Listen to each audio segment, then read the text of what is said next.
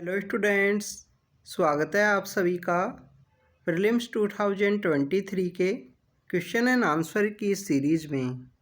Students, अगर हम बात करें इस सीरीज़ के बारे में तो इस सीरीज़ के अंदर हम मिनिमम 1000 क्वेश्चंस को यहाँ पे प्रैक्टिस करने वाले हैं।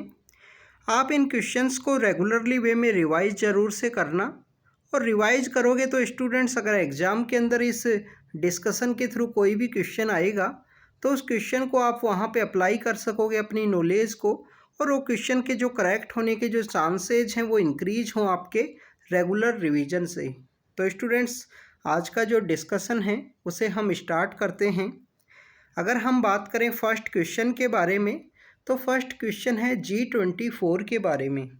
G24 के बारे में ये क्वेश्चन है। क्वेश्चन के अंदर पूछा गया है कि जो G24 का जो इस्टेब्लिशमेंट है G77 कंट्रीज़ के द्वारा या ग्रुप ऑफ 77 का जो ग्रुप है उसके द्वारा इसका जो क्रिएशन है वो किया गया। तो स्टूडेंट्स, ये स्टेटमेंट तो करेक्ट है कि जो क्रिएशन है वो G77 के द्वारा ही किया गया है।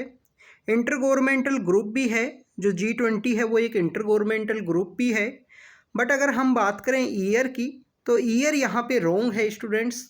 एक्चुअल जो ईयर है G24 के इस्टेब्लिशमेंट का वो 1971 है। जो 1971 का जो समय है वो एक्चुअल ईयर है G24 के इस्टेब्लिशमेंट का। अगर हम G24 के बारे में बात करें स्टूडेंट्स, ये एक इंटर गवर्नमेंटल ऑर्गेनाइजेशन है जो इंटरनेशनल मॉनिटरी अफेयर या डेवलपमेंट के रिगार्डिंग में इसको इस्टेब्लिश किया गया था G77 के द्वारा। अगर हम इसके मैंडेट के बारे में बात करें, G24 का जो मैंडेट है उसके बारे में अगर हम बात करें तो स्टूडेंट्स इसका मेन पर्पज़ यही है कि जो मॉनिटरी एंड डेवलपमेंट के जो इश्यूज हैं उसके अंदर जो डेवलपिंग कंट्रीज़ की जो पोजीशन है उसको ये रेज कर सके, उनके जो डिस्कशंस हैं, उनके जो डिसीजंस हैं उनको यहाँ पे रेज किया जा सके इस G24 प्लेटफॉर्म के द्वारा। जो अगर हम बात करें कौन से इंस्टीट्यूशंस के अंदर इनको आवाज़ को रेज करना है, डेवलपिंग कंट्रीज़ के जो मॉनिटरी के जो इश्यूज हैं कहाँ पे रेज करना है, तो ये आवाज़ इनके द्वारा रेज की जाएगी। जो ब्रेटन वुड कॉन्फ्रेंस हुई थी, अब ये ब्रेटन वुड आपने काफ़ी बार सुना होगा। 1945 के समय में जब वर्ल्ड वॉर सेकेंड का जब यहाँ पे एंड होता है तो उसके बाद में एक ब्रेटन वुड कॉन्फ्रेंस होती है, और ब्रेटन वुड ट्विंस के नाम से जाना जाता है। दो इम्पोर्टेंट फाइनेंशियल इंस्टीट्यूशंस हैं, एक तो हमारा वर्ल्ड बैंक है और एक हमारा IMF है। जो IMF और वर्ल्ड बैंक है इनको ब्रेटन वुड ट्विंस के रूप से भी जाना जाता है। तो ये ब्रेटन वुड के जो इंस्टीट्यूशंस है वहाँ पे डेवलपिंग कंट्रीज़ की जो आवाज़ है उसको यहाँ पे रेज किया जा सके G24 के द्वारा, ये इसका एक मैंडेट है। हेडक्वार्टर की अगर हम बात करें, वाशिंगटन जो है, वाशिंगटन जो यूनाइटेड स्टेट ऑफ अमेरिका के अंदर है वहाँ पे इसका हेडक्वार्टर है। अगर हम बात करें मेंबर्स की संख्या की तो टोटल 29 मेंबर्स हैं, और आप देखिए कि डेवलपिंग कंट्रीज़ की आवाज़ उठानी है और सेकंड स्टेटमेंट में बोला गया है कि ओनली डेवलप्ड कंट्री ही इसके मेंबर होंगे, तो स्टेटमेंट यहाँ पे रॉन्ग है। फर्स्ट स्टेटमेंट ईयर की वजह से रॉन्ग है। इंडिया इसका मेंबर है स्टूडेंट्स, ये बात आप याद रखना कि G24 जो ग्रुप है उसमें इंडिया इसका मेंबर है। तो यहाँ पे दोनों स्टेटमेंट इनकरेक्ट हैं, तो इस वजह से डी आंसर होगा स्टूडेंट्स। तो ये G24 के बारे में था। अभी रिसेंटली G24 क्यों न्यूज़ के अंदर है उसके बारे में अगर हम बात करें तो रिसेंटली जो G24 ग्रुपिंग है उसके द्वारा यहाँ पे ऑब्जेक्ट किया गया है। ऑब्जेक्ट ये किया गया है कि जो डिजिटल सर्विस टैक्स है वो यहाँ पे इम्पोज किया जाता है काफ़ी सारे कंट्रीज़ के द्वारा, जो कि बेसिकली OECD के ग्रुप ऑफ कंट्रीज़ का एक प्रपोजल था। OECD जो एक ग्रुप है, OECD की अगर हम बात करें, organisation of economic cooperation and development, जिसके अंदर जो हाई इकोनॉमीज़ हैं वो मैक्सिमम उसके मेंबर्स हैं। इंडिया उसका मेंबर नहीं है। स्टूडेंट्स, ये बात आप याद रखना कि OECD जो ग्रुप है उसका इंडिया वहाँ पे मेंबर नहीं है, और वो 1961 के समय में OECD का जो इस्टेब्लिशमेंट है वो हुआ था। इंडिया उससे एसोसिएटेड है, उसका एक की पार्टनर है। OECD का जो हेडक्वार्टर है वो फ्रांस के पेरिस के अंदर उसका जो हेडक्वार्टर है वो आपको देखने के लिए मिलेगा। तो OECD ग्रुप ऑफ कंट्रीज़ के द्वारा under the base erosion and profit shifting concept के थ्रू डिजिटल टैक्स है वो यहाँ पे लगाया गया ऐसी जो डिजिटल कंपनीज हैं उनके ऊपर में। इंडिया के द्वारा भी जो इक्विलाइजेशन लेवी है, इक्विलाइजेशन लेवी का जो कॉन्सेप्ट है ये आपने सुना होगा। इंडिया के द्वारा भी जो 6% टैक्स है वो यहाँ पे लगाया गया था। तो इस वजह से यहाँ पे G24 के द्वारा आवाज़ उठाई गई है कि ये जो टैक्सेशन है इसको यहाँ पे रोका जाए, और यहाँ पे जो टैक्स भी लगाना है तो उसको मिनिमम वे से यहाँ पे यूज़ किया जाए इन डिजिटल कंपनीज़ के ऊपर में। तो स्टूडेंट्स इसी वजह से G24 न्यूज़ के अंदर में था। नेक्स्ट यहाँ का जो आंसर है फर्स्ट क्वेश्चन का वो डी है। सेकंड क्वेश्चन के बारे में अगर हम बात करें, सेकंड क्वेश्चन में स्टूडेंट्स पूछा गया है कि यहाँ पे जो साइमन कमीशन कॉन्स्टिट्यूट हुआ था, साइमन कमीशन कब कॉन्स्टिट्यूट हुआ है इसके बारे में भी आपको पता होना चाहिए। 1927 के समय साइमन कमीशन बना है। तो साइमन कमीशन के जो रिकमेंडेशंस हुआ करती थी उस कमीशन की, इन जो रिकमेंडेशंस हैं, ये जो प्रोविजंस हैं, इनमें से कौन कौन सी रिकमेंडेशंस हैं जो साइमन कमीशन की मेन रिकमेंडेशंस थी। आप देखें कि यहाँ पे डायरकी है जो 1919 के एक्ट के थ्रू डायरकी आपको देखने के लिए मिलेगी, रूल ऑफ टू। और रूल ऑफ टू के थ्रू जो यहाँ पे ट्रांसफर एंड रिजर्व सब्जेक्ट्स हैं वो आपको स्टेट्स के अंदर देखने के लिए मिलेंगे। तो डायरकी को, जो डायरकी है उसको वहाँ पे स्टार्ट किया गया था प्रोविंस के अंदर में। तो यहाँ पे अबोलिशन ऑफ डायरकी की क्या रिकमेंडेशंस के अंदर बात की गई थी साइमन कमीशन के अंदर में। तो साइमन कमीशन की 4 रिकमेंडेशंस थी स्टूडेंट्स, उसके बारे में आपको पता होना चाहिए। एक तो अबोलिशन ऑफ डायरकी था कि जो डायरकी है उसको अबोलिशन करना है। रेस्पॉन्सिबल गवर्नमेंट का यहाँ पे एक्सटेंशन होना चाहिए प्रोविंस के अंदर में, जो प्रोविंस है उसके अंदर में रेस्पॉन्सिबल गवर्नमेंट होनी चाहिए। यहाँ पे एक फेडरेशन की बात की गई कि प्रिंसली स्टेट्स के साथ में एक फेडरेशन है उसका इस्टेब्लिशमेंट किया जाए। और जो कम्युनल इलेक्टोरेट है, जैसे कि हम सेपरेट इलेक्टोरेट के रूप से भी जानते हैं, उसका कंटिन्यूएशन होना चाहिए। ये 4 रिकमेंडेशंस आपको साइमन कमीशन की देखने के लिए मिलेगी कि डायरकी को यहाँ पे अबोलिश करना है, जो यहाँ पे रिस्पॉन्सिबल गवर्नमेंट है उसको प्रोविंस के लिए यहाँ पे इस्टेब्लिश करना है, ना कि सेंटर में। फेडरेशन यहाँ पे बनाना है और कम्युनल इलेक्टोरेट को यहाँ पे कंटिन्यू रखना है, ये बात की गई थी यहाँ पे साइमन कमीशन के द्वारा। तो आप देखिए कि सेकंड स्टेटमेंट इनकरेक्ट है। सेकंड जो प्रोविजन है कि ये सेंटर के अंदर रिस्पॉन्सिबल गवर्नमेंट के बारे में बात नहीं की गई थी, प्रोविंस के अंदर बात की गई थी। और प्रिंसली स्टेट्स के साथ में एक फेडरेशन की बात की गई थी। ये आपको 1935 के एक्ट के अंदर भी देखने के लिए मिलेगा, बट वो कभी भी ऑल इंडिया फेडरेशन एग्जिस्ट नहीं करता है कि कुछ प्रिंसली स्टेट्स के द्वारा उसको ज्वाइन नहीं किया गया। आप देखें कि यहाँ पे जो डायरकी है उसको भी अबोलिश किया गया था, और डायरकी को वहाँ पे लेटर फेज में इंट्रोड्यूस कहाँ पे किया गया इसके बारे में आप कमेंट सेक्शन के अंदर बताना कि जो 1935 का जो एक्ट है उसके अंदर डायरकी को कहाँ पे जो इनिशिएट किया गया प्रोविंस के अंदर, जिसको अबोलिश किया गया था। रेस्पॉन्सिबल गवर्नमेंट आपको देखने के लिए मिलेगी, जो हमारे प्रोविंस हुआ करते थे 1935 एक्ट के थ्रू उनको ऑटोनॉमी है वो प्रोवाइड की गई। अभी ऑटोनॉमी की भी कुछ जर्नी ऐसी है, इसके बारे में भी आप एक बार देखते हैं। इसके बारे में आप देखें कि 1773 का जो एक्ट है उसके अंदर फर्स्ट टाइम जो सेंट्रलाइजेशन का जो प्रोसेस है वो स्टार्ट होता है। एक जो गवर्नर है, गवर्नर को गवर्नर जनरल की जो पोस्ट है वो क्रिएट की जाती है। ये सेंट्रलाइजेशन पीक पर कब पहुंचता है? 1833 के समय ये सेंट्रलाइजेशन पीक पर पहुंचता है, जब यहाँ पे गवर्नर जनरल ऑफ इंडिया की कंप्लीट इंडिया का एक गवर्नर जनरल होगा जिसके पास कंप्लीट पावर होगी। फिर 1857 का रिवोल्ट हुआ। 1857 के रिवोल्ट के बाद में 1861 से आपको डिसेंट्रलाइजेशन का जो प्रोसेस है वो देखने के लिए मिलेगा, और ये डिसेंट्रलाइजेशन अपने पीक पर पहुंचता है 1935 एक्ट के थ्रू। एग्जिस्टेंस के अंदर अगर हम बात करें 1937 के अंदर जो हमारे प्रोविंस हैं उनके अंदर इलेक्शन होते हैं, और इलेक्शंस के अंदर में काफ़ी सारी जगह पे कांग्रेस की जो गवर्नमेंट है वो बनती है। तो स्टूडेंट्स यहाँ पे 1 और 3 आंसर है, तो इस वजह से सी आंसर होगा। नेक्स्ट क्वेश्चन की अगर हम बात करें स्टूडेंट्स, नेक्स्ट क्वेश्चन है कि इनमें से कौन कौन सी ऐसी ऑफिस हैं जो इंडियन इंडिपेंडेंस एक्ट के थ्रू जिनको अबोलिश किया गया था। अब सबसे पहले तो आपको ऑफिसेज के बारे में पता होना चाहिए कि ये ऑफिसेज क्रिएट कब हुई थी। आप देखिए कि 1857 का जब रिवोल्ट हुआ, और 1857 के रिवोल्ट के बाद में आपको देखने के लिए मिलेगा कि ब्रिटिश अथॉरिटीज़ के द्वारा गुड गवर्नमेंट एक्ट लेके आए 1858 के समय में, और 1858 का उस एक्ट का मोटिव यही था कि यहाँ पे कम्प्लीटली जो एडमिनिस्ट्रेटिव वे में जो रिफॉर्म है वो किया जाए।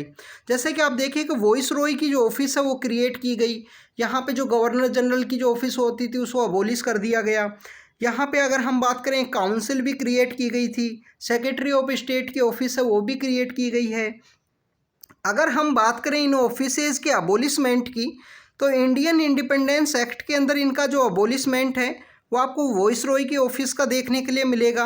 सेक्रेटरी ऑफ स्टेट की जो ऑफिस है उसका यहाँ पे अबोलिशमेंट देखने के लिए मिलेगा। और हमने क्विज नंबर 1 के अंदर भी डिस्कस किया है कि जो सेक्रेटरी ऑफ स्टेट की जो ऑफिस के जो फंक्शंस हुआ करते थे, इसको सेक्रेटरी ऑफ कॉमनवेल्थ को ट्रांसफ़र कर दिया गया था। काउंसिल ऑफ इंडिया के बारे में बात करें, 15 मेंबर्स की काउंसिल हुआ करती थी जो सेक्रेटरी ऑफ स्टेट को असिस्ट किया करते थे। और इस काउंसिल का अगर हम अबोलिशमेंट की बात करें तो स्टूडेंट्स इस काउंसिल का जो अबोलिशमेंट है वो आपको 1935 एक्ट के थ्रू देखने के लिए मिलेगा। तो फर्स्ट यहाँ पे इनकरेक्ट है, 2 और 3 यहाँ पे राइट है, तो बी यहाँ पे आंसर होगा। स्टूडेंट्स अगर हम बात करें नेक्स्ट क्वेश्चन के बारे में, नेक्स्ट क्वेश्चन यहाँ पे इंटरिम गवर्नमेंट के बारे में है। इंटरिम गवर्नमेंट के बारे में आपको पता होना चाहिए कि जो कैबिनेट मिशन के द्वारा जो प्रपोजल था उसी के ऊपर इंटरिम गवर्नमेंट है वो यहाँ पे बनती है। इंटरिम गवर्नमेंट के रिगार्डिंग में जो क्वेश्चन है वो पूछा गया है कि जो मेंबर हुआ करते थे जो इंटरिम गवर्नमेंट के, वो मेंबर बेसिकली वॉइसरॉय के एग्जीक्यूटिव काउंसिल के जो लोग हैं वही यहाँ पे इंटरिम गवर्नमेंट के जो मेंबर हैं वो हुआ करते थे। तो स्टूडेंट्स ये स्टेटमेंट करेक्ट है। अगर आप लक्ष्मीकांत नाम की जो बुक है वो रीड करते हो तो इसके अंदर इंटरिम गवर्नमेंट का जो मैच द कॉलम है उसके नीचे 2 लाइन्स लिखी हुई है, आप जाके वहाँ पे रीड करना। और वहाँ पे अगर हम बात करें कि जो जवाहरलाल नेहरू हैं, क्या उनको प्रेसिडेंट ऑफ द काउंसिल बनाया गया था कि जो गवर्नर जनरल की जो वाइसरॉय की जो स्टूडेंट्स जो वॉइसरॉय की जो एग्जीक्यूटिव काउंसिल हुआ करती थी, क्या उसका प्रेसिडेंट जवाहरलाल नेहरू को बनाया गया था क्या? तो स्टेटमेंट इनकरेक्ट है स्टूडेंट्स, क्योंकि जवाहरलाल नेहरू को जो वहाँ पे वाइस प्रेसिडेंट बनाया गया था। अगर हम इस इंटरिम गवर्नमेंट के कॉन्सेप्ट की बात करें तो इंटरिम गवर्नमेंट का जो ये कॉन्सेप्ट है ये वर्क किया था बेसिकली कौन से प्रोविज़न के अंडर में ये वर्क किया, ये गवर्नमेंट ऑफ इंडिया एक्ट 1919 के अंडर में ये वर्क किया था। ये आपको पता होना चाहिए स्टूडेंट्स। 1935 के अंडर में ये प्रोविज़न क्यों वर्क नहीं किया, जो इंटरिम गवर्नमेंट कॉन्स्टिट्यूट हुआ उसके बारे में। तो आप देखिए कि फेडरेशन क्रिएट करने की बात की गई थी, जो गवर्नमेंट ऑफ जो ब्रिटिश इंडिया हुआ करता था और प्रिंसली स्टेट्स हुआ करते थे उनके बीच में साइमन कमीशन के द्वारा भी वो रिकमेंड किया गया था। बट आप देखिए कि 1935 एक्ट के थ्रू वो फेडरेशन की बात तो की गई, बट कुछ princely states did not join that federation. तो उसी की वजह से फेडरेशन ना क्रिएट होने की वजह से ये 1919 का जो गवर्नमेंट ऑफ इंडिया एक्ट है, मोंटेगू चेम्सफोर्ड है या मोनफोर्ड रिफॉर्म भी जिसको बोलते हैं, उसी के द्वारा आपको जो इंटरिम गवर्नमेंट है वो इस्टेब्लिश होती हुई दिखाई देगी after the recommendation of cabinet mission की जो रिकमेंडेशन है उसके बाद में। अगर हम इंटरिम गवर्नमेंट के बारे में बात करें स्टूडेंट्स, इसमें मैक्सिमम जो मेंबर्स थे वो वॉइसरॉय के एग्जीक्यूटिव काउंसिल्स के ही लोग हुआ करते थे और वॉइसरॉय उस समय काउंसिल के हेड हुआ करते थे। तो जो पंडित जवाहरलाल नेहरू हैं उनको वाइस प्रेसिडेंट है या वाइस जो हेड है वो यहाँ पे अपॉइंट किया गया था काउंसिल का। स्टूडेंट्स यहाँ पे आपको इंटरिम गवर्नमेंट से रिलेटेड इन्फॉर्मेशन ये भी होनी चाहिए कि इंटरिम गवर्नमेंट जब कॉन्स्टिट्यूट हुई तो उसके अंदर जो लोग हुआ करते थे, जो इंटरिम कैबिनेट था हमारा 1946 के समय में, तो उसके अंदर जो फाइनेंस का एक कभी पोर्टफोलियो पूछ लिया करते हैं कि फाइनेंस का पोर्टफोलियो किसके द्वारा हेड किया गया था।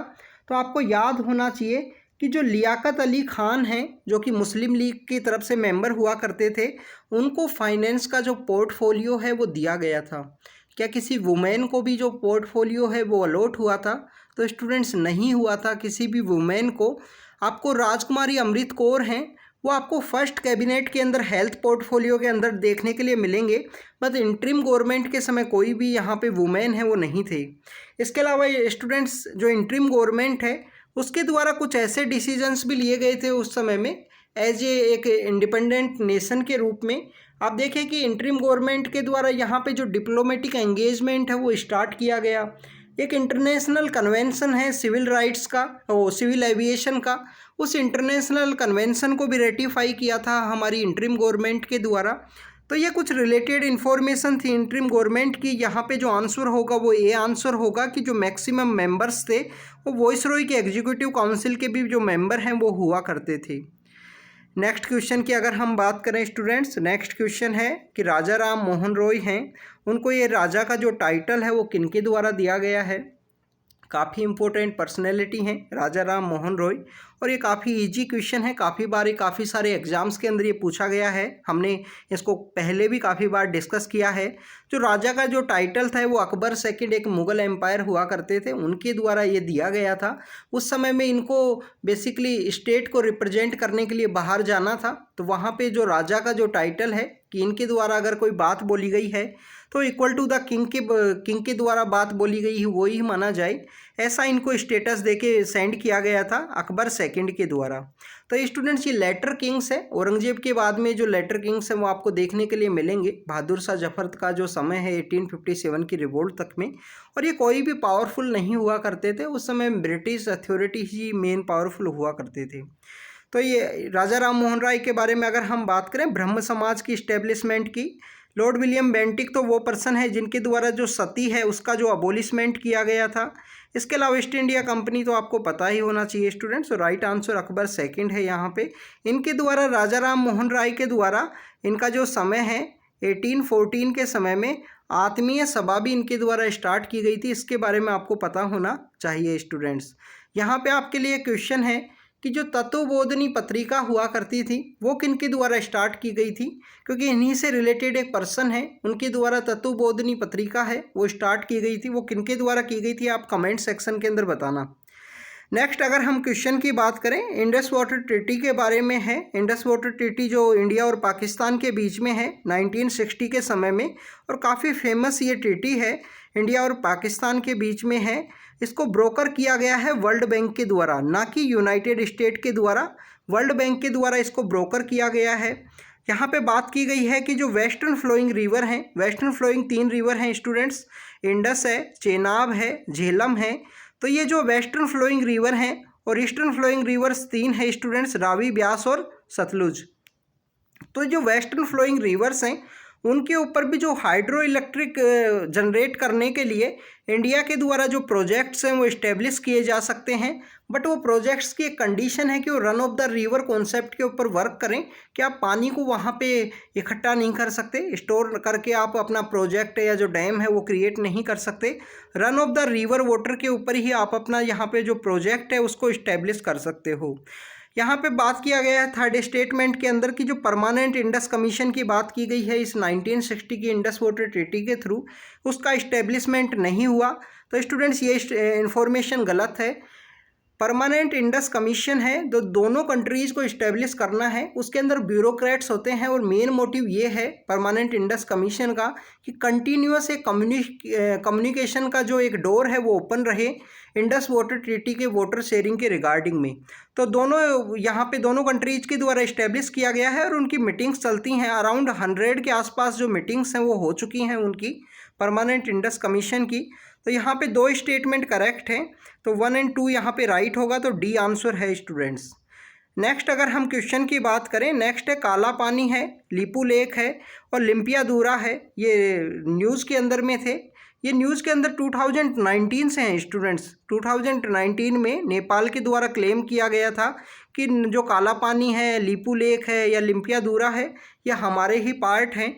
तो ये उत्तराखंड के अंदर सिचुएटेड हैं स्टूडेंट्स। लीपू लेक बेसिकली एक पास भी है जिसको पहले मानसरोवर जो पिलग्रिमेज का यात्रा होती है उसके लिए यूज किया जाता था, पर प्रेजेंट समय में अगर हम बात करें यहाँ उसके लिए यूज किया जाता है लीपू लेक को, तो उस वजह से भी ये न्यूज़ के अंदर रहता है।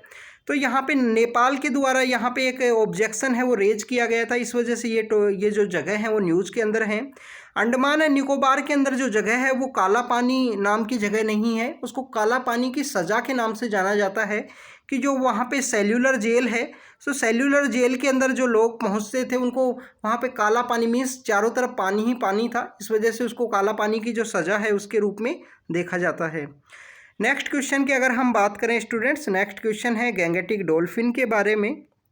तो यहाँ पे बोला गया है कि जो गैंगेटिक डॉल्फिन है ये एक मैमल हुआ करते हैं। बिल्कुल करेक्ट है स्टूडेंट्स, ये मैमल होते हैं और मैमल होने की वजह से ये पानी के अंदर जो ब्रीदिंग है वो नहीं कर पाते हैं। इसकी वजह से इनको बाहर निकलना पड़ता है। हर 30 से 50 सेकंड के अंदर में इनको जो बाहर निकलना पड़ता है और वो बाहर निकलने की वजह से ये यहाँ पे एक स्पेशल साउंड है वो प्रोड्यूस करती हैं। जो गैंगेटिक डॉल्फिन है स्पेशल साउंड जो प्रोड्यूस करती हैं उसको बोला जाता है सूसू। तो कभी कभी इनको बोल दिया जाता है कि इनको सूसू के नाम से भी जाना जाता है, गैंगेटिक रिवर डॉल्फिन को। तो स्टूडेंट सूसू के नाम से भी जाना जाता है। मैमल भी हैं, इंडिया के एक्वेटिक एनिमल भी इनको डिक्लेयर किया गया था। 2009 के समय में इनको एक्वेटिक एनिमल डिक्लेयर किया गया है। और यहाँ पे बोला गया है कि पंजाब का स्टेट एनिमल भी इनको डिक्लेयर किया गया है गैंगेटिक डॉल्फिन को। तो ये इनकरेक्ट है स्टूडेंट्स, क्योंकि पंजाब का जो स्टेट एनिमल है वो है ब्लैक बक। ये आपको पता होना चाहिए, ब्लैक बक। और black buck national park Gujarat के अंदर है, ये आपको वहाँ उसके बारे में भी आपको पता होना चाहिए। अगर हम बात करें गैंगेटिक डॉल्फिन के बारे में, तो गैंगेटिक डॉल्फिन एक फ्रेश वाटर डॉल्फिन के रूप से इसको जाना जाता है। 3 या 4 ही डॉल्फिन्स हैं जो फ्रेश वाटर डॉल्फिन के रूप में, जो रिवर डॉल्फिन्स हैं उनको जाना जाता है। एक तो चाइना के अंदर मिलती हैं, बेजी नाम से उनको बोला जाता है, बेजी नाम से हैं, बाईजी या बेजी के नाम से उनको बोला जाता है। वो यांगजे रिवर के अंदर मिलती हैं चाइना के अंदर में। एक बोटो हैं, आपको एक बोटो नाम की जो डॉल्फिन है वो देखने के लिए मिलेंगी, ये अमेजन रिवर के अंदर मिलेंगी, अमेजन रिवर के अंदर में। और एक पाकिस्तान के अंदर जो इंडस रिवर है उसके वहाँ पे मिलती हैं भूलन, भूलन नाम से जो डॉल्फिन है वो भी फ्रेश वाटर डॉल्फिन है। तो टोटल 4 डॉल्फिन हैं जो फ्रेश वाटर डॉल्फिन हैं। इंडिया के अंदर अगर हम बात करें गैंगेटिक रिवर डॉल्फिन की, तो गैंगेटिक रिवर डॉल्फिन आपको गंगा, ब्रह्मपुत्रा, मेघना का जो रिवर सिस्टम है उसके अंदर आपको देखने के लिए मिलती हैं। मीन्स इंडिया और बांग्लादेश का जो रीजन है उसके अंदर आपको गैंगेटिक रिवर डॉल्फिन है वो देखने के लिए मिलती हैं।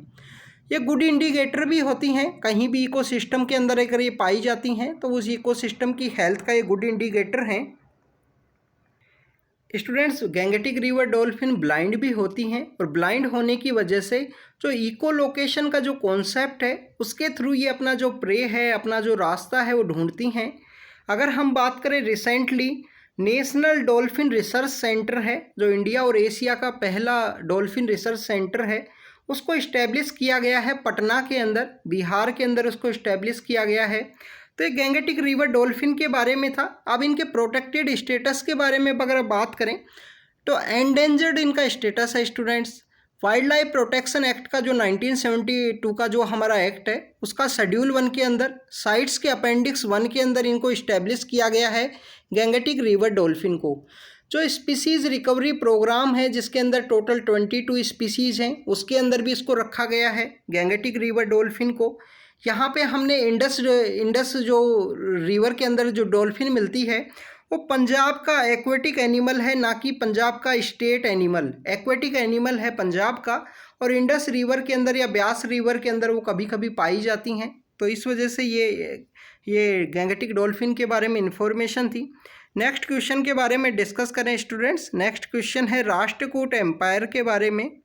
राष्ट्रकूट एम्पायर के बारे में ये बेसिकली हमारा एंशिएंट एंड मेडिवल का जो इनिशियल फेज है मेडिवल का, उस समय के ये एम्पायर्स हैं। राष्ट्रकूट है, चोला है, पल्लवा है। राष्ट्रकूट एम्पायर वही एम्पायर है जिनके द्वारा जो कन्नौज नाम की जो सिटी है जिसके लिए लड़ाई किया करते थे, 3 यहाँ पे एम्पायर हुआ करते हैं। तो सदर्न इंडिया से बिलोंग करते थे राष्ट्रकूट नाम का जो एम्पायर है।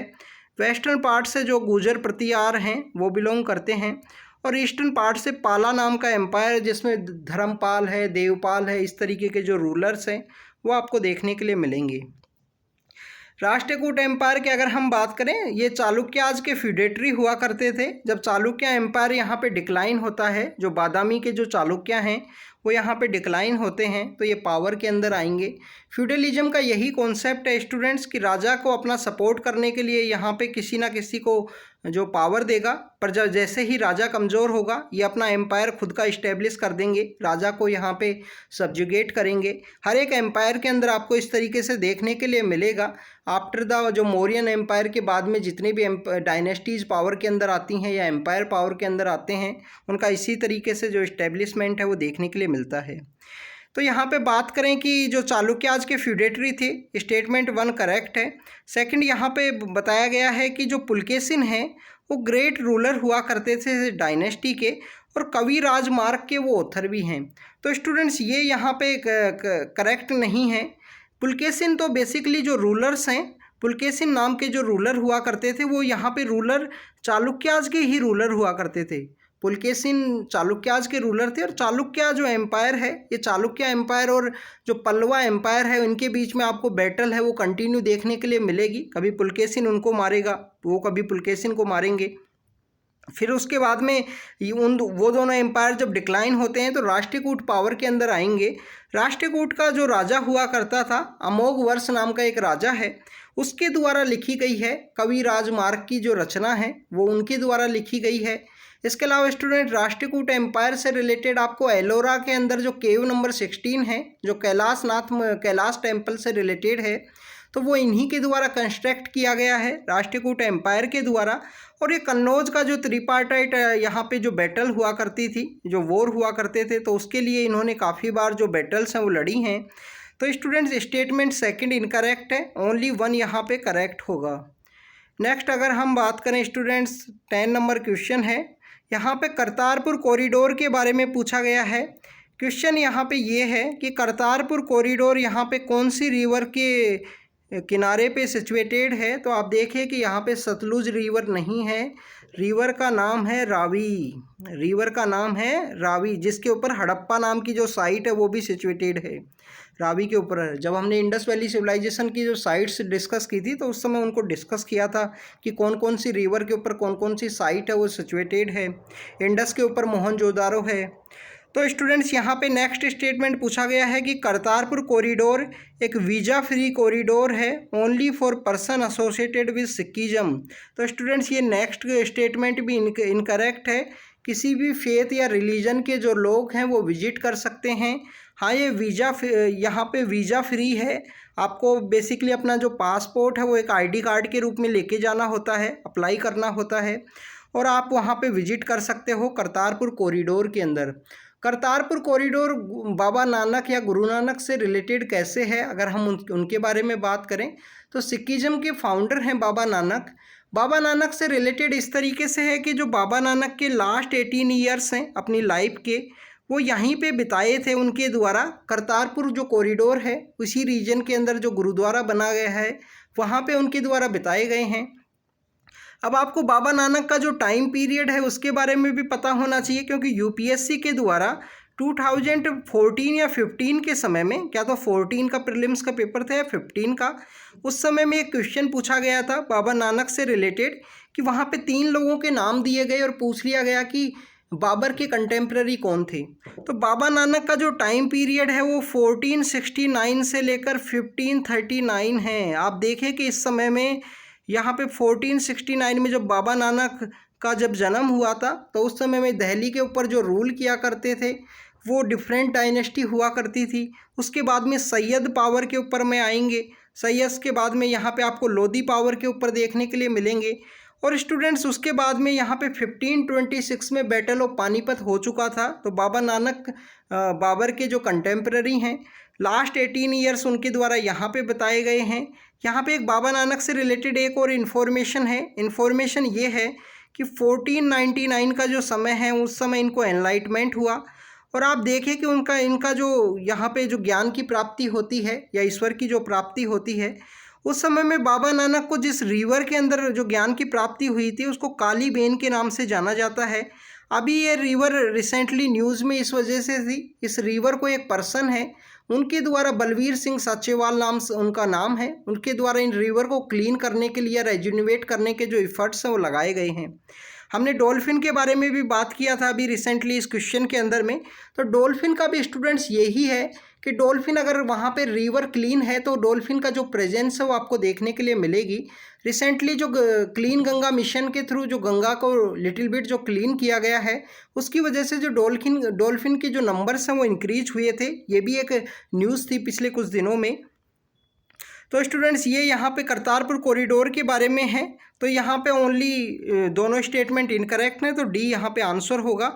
ये हमारा क्विज नंबर 2 है। 10 क्वेश्चंस हमने डिस्कस किए यहाँ पे। आप इन क्वेश्चंस की प्रैक्टिस कीजिए, रेगुलरली इनको रिवाइज ज़रूर से करना स्टूडेंट्स।